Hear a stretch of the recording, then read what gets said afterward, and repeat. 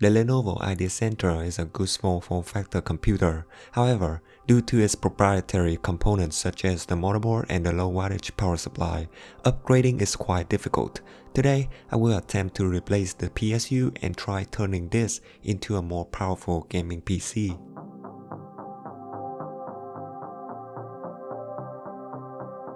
My first attempt was grabbing the SilverStone's TFX 500W 80 plus gold power supply on Amazon. However, it is much longer than the stock PSU, so it will interfere with the Wi-Fi card, and even though I tried removing the Wi-Fi chip, I could not push it in place either, so I had to look for the smaller power supply solution. When I first built in the K39, I bought an enhanced 600W PSU from Geek 2 years ago.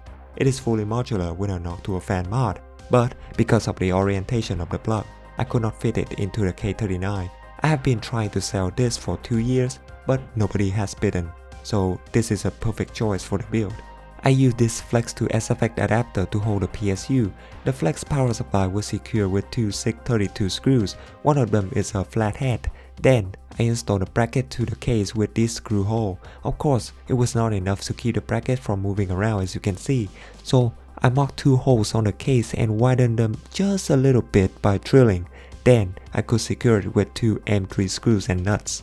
With the new PSU installed, the PC now has more power headroom for upgrades.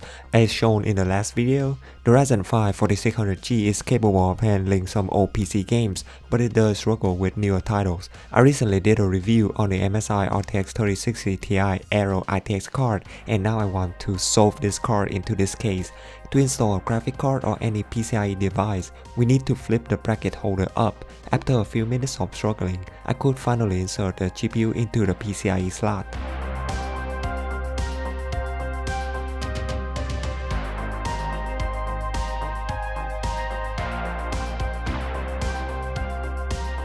Even though this card plastic route is quite high, luckily it is still low enough to allow the bracket holder to close down. However, I ran into another annoying problem. The hard drive bracket can't be installed with this GPU. Well, I had come so far to go back. With the help from my dad, we saw 2 pieces of a drive bracket so that they wouldn't interfere with the GPU. Check this out. It is millimeter perfect and so satisfying to look at. Next problem, the card is too close to the side panel, which means it can only fit the power plug and there's no room for the cables. The popular 180-degree adapter won't work either because it's blocked by the drive bracket. Luckily, there's a 90-degree extension cable on eBay, which I can buy to solve the issue. I honestly prefer this because it is just an extension cable, so it is much safer than the questionable adapter. The motherboard has a 10-pin header instead of a normal 20 or 24-pin. We can use this 24-pin to 10-pin adapter for converting. From a review on Amazon, it is suggested that we should only use 20-pin instead of full 24-pin to avoid frying the motherboard. As the CPU cable of my power supply is quite short, I had to use an extension cable for it. Next is some upgrades that you can do. First is the stock SSD. To remove, pull back the lock so that you can lift the SSD up to take it out. The stock NVMe drive has an irregular size, so we need to move the holder to the other position to use it with bigger SSDs. By squeezing the tab and pushing toward the motherboard, I can take the drive holder out. After that, just install it to the new position so that we can install a new SSD. Make sure that you buy the NVMe drive, not SATA. I will have some links in the description for you to buy the correct SSD. For RAM, I wanted to see if I can use 32GB of Trident Z RGB RAM. It worked, but the RAM speed was defaulted to 2100 MHz, so we wasted performance. I decided to buy an 8GB of the identical RAM stick that comes with a PC on eBay to replace the 4GB stick. Now the system has 16GB of 3200 MHz RAM in full dual channel. Before connecting the hard drive cables to the motherboard, I had to do the routine cable management with some Velcro straps.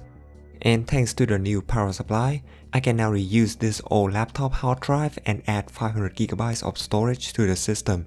You can install a 2.5-inch SSD here if you want to. And with that, the upgrade is completed. I can install the side and front panel back to the case.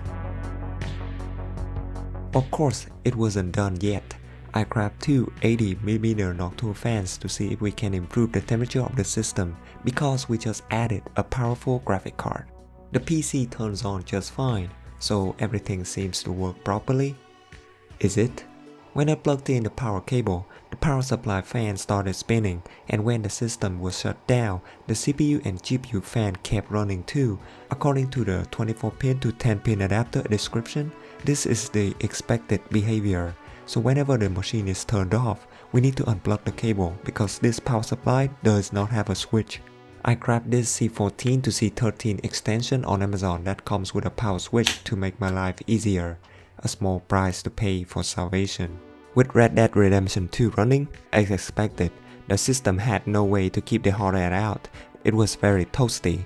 Even with my undervolting profile added, the GPU temperature slowly climbed to 85 degrees, with the hot spot was at 96 degrees. Not only that, the CPU fan also had a bizarre behavior. Whenever the CPU temperature hit 74 degrees Celsius, the CPU fan was stuck at 100% and spun at 4500 RPM even though it was idling. Hardware info showed that the fan was chassis even though it was plugged into the CPU fan header. It kept running full speed until the PC was completely shut down. I then added the exhaust fan to the back of the case. This fan is important because all the heat rises to the top of the case and gets trapped inside, so the 80mm fan can actively pull the hot air out.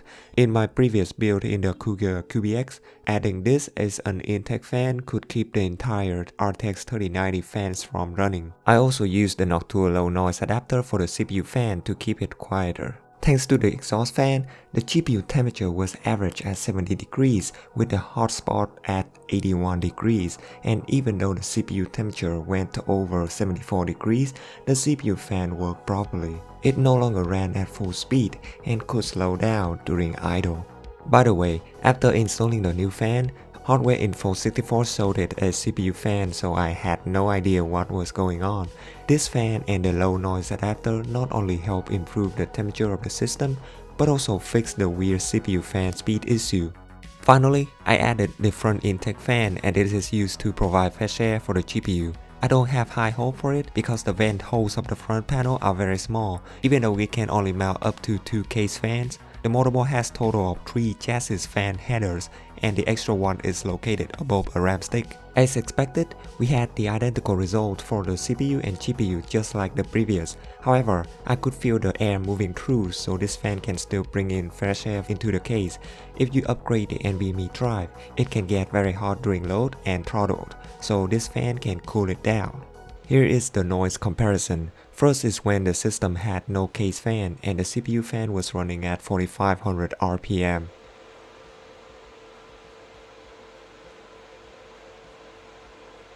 Next, we have the noise of the PC with the exhaust fan added to the back of the case.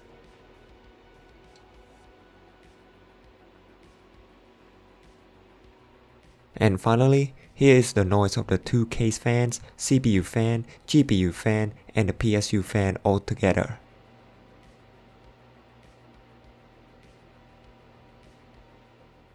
In my opinion, after replacing the power supply, upgrading the Lenovo IdeaCentre 5 was both tricky and easy. There are some minor hiccups here and there, but it is very doable because I could do it. If you want to go all in, modification to the drive bracket allows us to install a more powerful graphic card. If you don't want to mod, you can buy the OEM RTX 3060 from HP on eBay. The card can fit in this case without the requirement of modification or the 90-degree PCI-E extension cable. If you want to keep the budget low, you can go with the GTX 1650 Super, which is also a great budget gaming card. And it is the conclusion of today's video. If you want to turn your Lenovo IdeaCentre into a powerful small form factor gaming PC, I will have the links for parts I used in the description. Thank you so much for watching. I will see you in the next video.